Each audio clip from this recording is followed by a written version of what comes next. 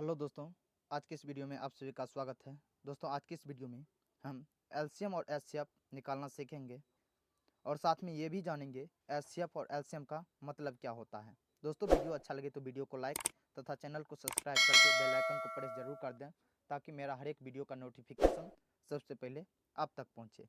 तो चलिए वीडियो को शुरू करते हैं। दोस्तों, मेरा प्रश्न दिया हुआ है 12, 15, 18 का एलसीएम तथा एचसीएफ निकालें। दोस्तों, पहले हम ये समझ लेते हैं एलसीएम तथा एचसीएफ का मतलब क्या होता है।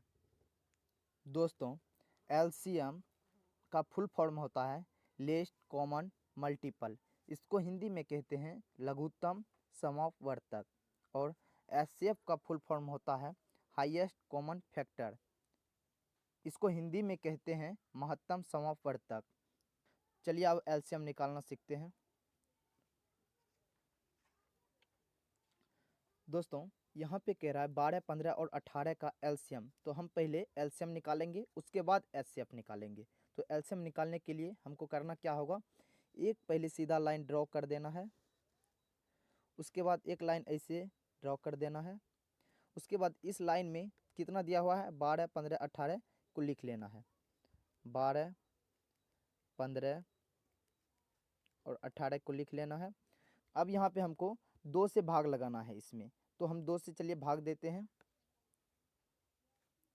2 से जब भाग देंगे 12 में तो 6 आ जाएगा, और 15 में जब भाग देंगे तो हमको एक शेष आ जाएगा। जब शेष आ जाएगा तो हम यहाँ 15 का 15 सेम लिख देंगे, और 18 में जब भाग देंगे 2 से तो यहाँ आ जाएगा 9।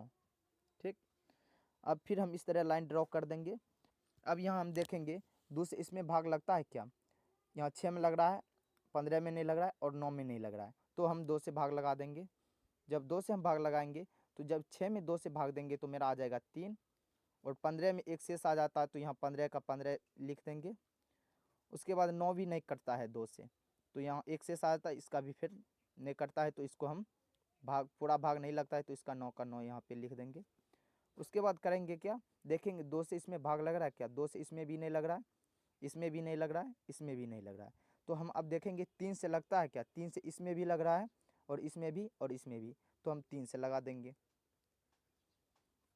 जब 3 से लगाएंगे तो यहाँ पे 1 आ जाएगा, और यहाँ पे 5 आ जाएगा, और यहाँ पे 3 तिया 9, यहाँ 3 आ जाएगा। फिर इस तरह लाइन ड्रॉ कर देना है। उसके बाद हम देखेंगे 3 से लग रहा है क्या, दोस्तों अब लगेगा ही नहीं, तो 3 से एक संख्या में लग रहा है तो हम भाग लगाएंगे। एक भी संख्या में भाग लगे तो हम लगाएंगे। तो यहाँ 3 से एक संख्या में लग रहा है भाग, 1 है तो 1 लिख देंगे यहाँ पे, 5 में नहीं लग रहा तो यहाँ 5 लिख देंगे, यहाँ 3 में लग रहा है तो हम यहाँ पे 1 लिख देंगे।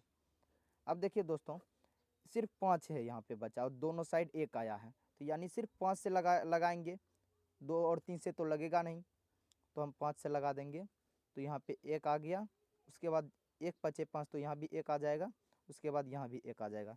तो अब हम करेंगे क्या, जितना ये जो है संख्या इन सब को गुना करके लिख देंगे। कितना आया है 2 गुने 2 गुने 3 गुने 3, उसके बाद कितना है 5 गुने 5।